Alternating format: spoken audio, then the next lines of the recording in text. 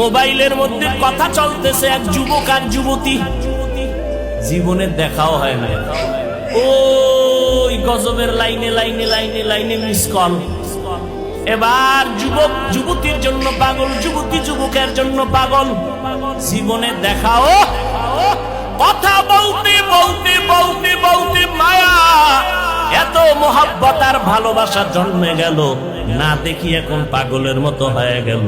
চেহারাটা শুকায় যায়, খানার খবর নাই, ঘুমের খবর নাই, জল্পনা কল্পনা। যারে আমি এত ভালোবাসি, যার কথা এত মজা পাই, রাত কাটায় দিলাম, ঘুম নষ্ট করলাম, খানা খাই না, ওই ভালোবাসার মানুষটারে আমি কখন কাছে পাবো? আমার কলিজা ঠান্ডা হবে। ও ভাই, দুনিয়া বুঝছো, আখেরাতটা কেন বুঝো না রে বাবা?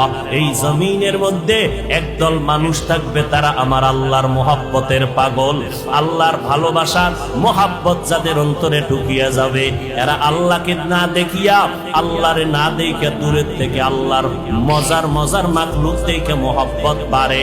আল্লাহওয়ালাদের কোরআনের কথা শুনে শুনে অন্তরের মধ্যে মোহাব্বত বাড়ে, বাড়তে বাড়তে এমন একটা পাগলামির অবস্থা হয়, এমন এক সময় আসে এখন শুধু কিছুই চায় না, মালিকের একটু দেখতে মনে চায়, মালিকের একটু মোলাকাতের জন্য পাগল হয়ে গেল।